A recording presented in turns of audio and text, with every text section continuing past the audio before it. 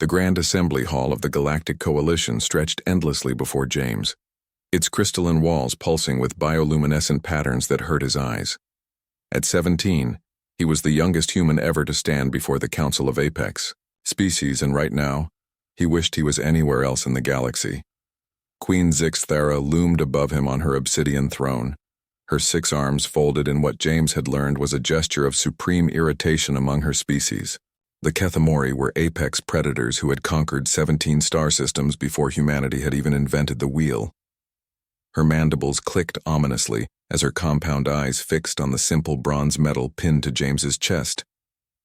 Human child. Her voice resonated through the translation implants, each word dripping with disdain. You wear a decoration I do not recognize. In this hall stand the bearers of the Crimson Talon. She gestured to the towering Velkari warriors, each having slain 1,000 enemies. And the silver spiral. Her arm swept toward the ethereal Zephyri, masters of psychic warfare. Yet you, barely more than a larva, dare display some trinket before us? Liza, standing in the human delegation, caught James's eye and gave him an encouraging nod. She had been his friend since childhood on the colony ship, and she believed in him even when he didn't believe in himself. James's hands trembled slightly, but his voice remained steady. Your Majesty, this is the Civilian Merit Award. It's given to ordinary citizens who perform extraordinary acts of courage. A ripple of what might have been laughter passed through the assembled aliens. The Queen's mandibles spread wider, definitely amusement, though not the pleasant kind. Civilian merit? Queen Zixthara leaned forward, her massive form casting a shadow over James. Child, do you see the blood-clawed General Morgoth? She pointed to a creature that looked like a cross between a tiger and a tank, covered in scars and bionic implants. He has personally eliminated entire fleets. Do you see High Dominator Vexil? The crystalline being she indicated seemed to be made of living diamond and controlled gravitational forces that could crush planets. And you, she continued, her voice now a dangerous whisper, you speak of civilian merit? What mighty deed could a human whelp possibly accomplish that would deserve recognition in this hall of apex predators? James took a deep breath. Around him, he could sense the alien representatives shifting, their various forms of attention focused on him like weapon sights. Some seemed curious, others hostile, but all waited for his response. I saved my sister from a burning building, James said simply. The silence that followed was deafening. Then came the sounds, snorts, clicks, and the alien equivalents of scoffing from dozens of species. A rescue. Queen Zixthara's voice carried genuine disbelief. One small human saving another small human from fire? This is worthy of decoration among your species? Yes, Your Majesty.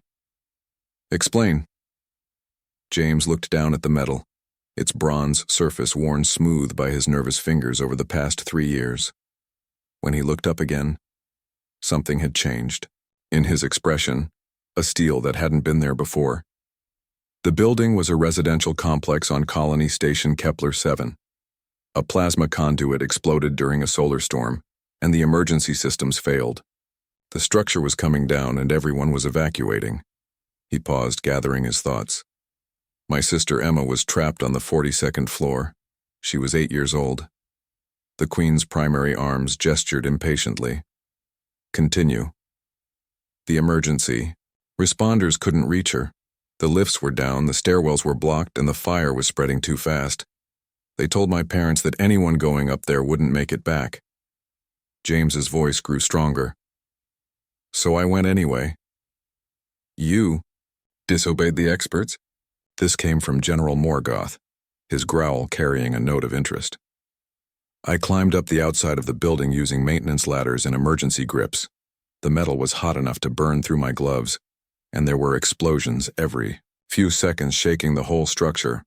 Took me 18 minutes to reach her floor. And then? Queen Zixthara had gone very still. I found her hiding under her bed, too scared to move. The floor was already starting to buckle from the fire. Below. I had maybe 3 minutes before that whole section collapsed. James smiled slightly at the memory. She didn't want to come with me, said I was too little to carry her. I was only 14, and she wasn't wrong. I was pretty scrawny. How? Did you convince her? I told her that humans don't leave family behind. That's our rule. No matter how scared we are, no matter how impossible it seems, we go back for each other. The hall had gone completely quiet now. Even the ambient hum of the translation system seemed muted. I carried her on my back down, 42 flights of stairs through smoke so thick I couldn't see 2 feet ahead. The building was screaming, metal twisting, supports failing. We could hear each floor collapsing behind us as we went down. Emma was crying, but she held on tight and trusted me to get her out. James looked directly at Queen Zixithara. We made it with 17 seconds to spare before that stairwell collapsed completely. Emma didn't have a scratch on her. And you? General Morgoth asked quietly. Spent 2 weeks in the medical bay with 3rd-degree burns and smoke inhalation. Worth every second. The Queen was silent for a long moment, her compound eyes studying James with what might have been new interest. You risk certain death for one small individual who had no strategic value, no special abilities, no importance beyond your genetic connection to her. She's my sister, James said, as if that explained everything. She's important because she's Emma. The experts, these trained emergency responders, they declared the mission impossible. Yes, Your Majesty. And you, an untrained child, succeeded where they said success was impossible. Yes, Your Majesty. Queen Zixithara rose from her throne, her full height towering over the assembly. This is why, she said slowly, humanity terrifies us. A shocked murmur ran through the hall. The Queen raised one of her arms for silence. We apex species, we understand strength, conquest, the survival of the fittest. We comprehend the logic of sacrifice for strategic gain, the mathematics of acceptable losses. Her gaze swept across the assembled aliens before returning to James. But you humans, you have made an art form of the impossible rescue. You will fight hopeless battles, storm impregnable fortresses, and defy the very laws of physics for a single member of your pack. She took a step down from her dais. Do you know what we call humanity in our private councils, young James? We call you the species that doesn't know when to quit. Every simulation we run, every strategic analysis we conduct, includes a variable we call human factor, the statistical probability that humans will attempt the impossible and somehow succeed. General Morgoth spoke up, his voice carrying a new tone of respect.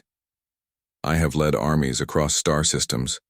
I have never retreated from battle, but I would not have climbed that building. High Dominator Vexel's crystalline form chimed with harmonic agreement. I can manipulate gravity itself, bend spacetime to my will. But courage cannot be manufactured or wielded like a weapon. It must be chosen. Queen Zixithara extended one clawed hand toward James. Show me this medal. With shaking fingers, James unpinned the simple bronze disc and placed it in her massive palm. She studied it carefully, turning it over to read the inscription on the back. For extraordinary heroism and selfless service to others, she read aloud. Awarded to James Chen, age 14, for the rescue of Emma Chen from the Kepler 7 residential fire. She looked up. Such a simple thing. Bronze, not even precious metal. The metal isn't what matters, James said quietly. It's what it represents. And what is that? James glanced over at Liza, who nodded encouragingly, then back at the Queen. It represents the promise every human makes to every other human, that we won't leave you behind, that we'll come for you no matter the odds, no matter the cost, that your life has value simply because it's yours. The Queen held the medal up for the entire assembly to see. This small piece of bronze represents the most dangerous military doctrine in the galaxy. No one left behind. She handed the medal back to James with surprising gentleness. Pin it back on, young human. Wear it with the knowledge that it strikes more fear into the hearts of potential enemies than any weapon or fleet or superweapon ever could. As James pinned the medal back to his chest, Queen Zixithara made a formal bow, something no one in the assembly had ever seen her do before. The Kethmori Dominion recognizes the human delegation. We respect the courage of their civilians. One by one, every alien in the hall followed suit. General Morgoth's bow was rigid but sincere. High Dominator Vexil's crystalline form chimed in harmonic salute. Even species that had never acknowledged humanity before bent in recognition. James looked out over the hall of apex predators, all paying homage to a simple act of human stubborn love, and finally understood why Liza always said humans were special. It wasn't because they were the strongest or the smartest or the most advanced. It was because they were the species that would burn down the universe to save one small girl named Emma, and everyone else in the galaxy was finally beginning to understand that this made them the most dangerous species of all.